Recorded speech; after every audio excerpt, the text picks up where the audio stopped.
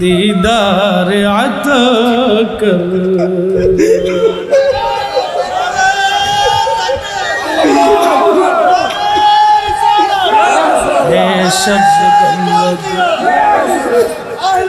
वाले मंजूर दुआ कर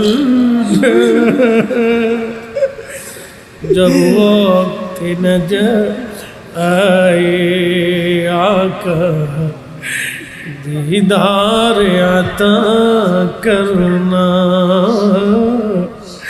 दीदार अता करना।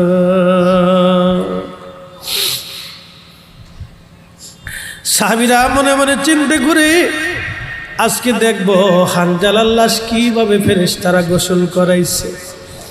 হানজালার লাশ যখন আসমান থেকে উহুদে নামছে সাহাবীরা দৌড়াই গেছে, যাই দেখে রে দাড়ি চুল মুবারক বেবে হাউজে কাউসারের পানিগুলি টপ টপ টপ টপ করে জমিনে পড়তেছে। আওয়াজ তুলে বলা যাবে কি ইয়া রাসূলুল্লাহ।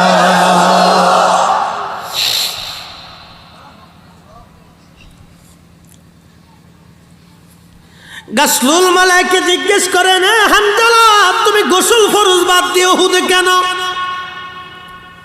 হানজালা বলবে আমি দলিল দেখি নাই, আমি নবীর ভালোবাসা দেখেছি।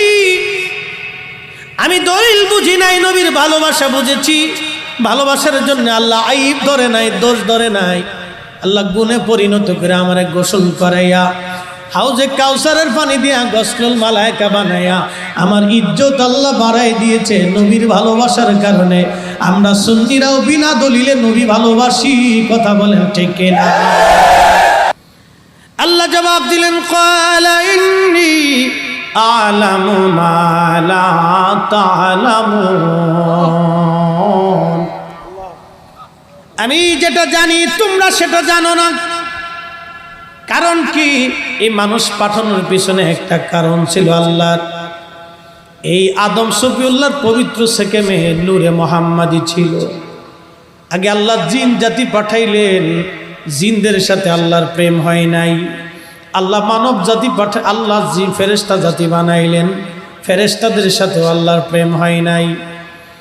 তামাম 18,000 মাখলুক আল্লাহ বানাইলেন, কোন মাখলুকের সাথে আল্লাহর প্রেম হয় নাই। আল্লাহ মানুষের সাথে প্রেম করার জন্য, ভালোবাসা করার জন্য আল্লাহ একটা জাতি বানাইয়া পৃথিবীর মধ্যে পাঠাইলেন। আদম সফিউল্লাহকে আল্লাহ বানাইলেন।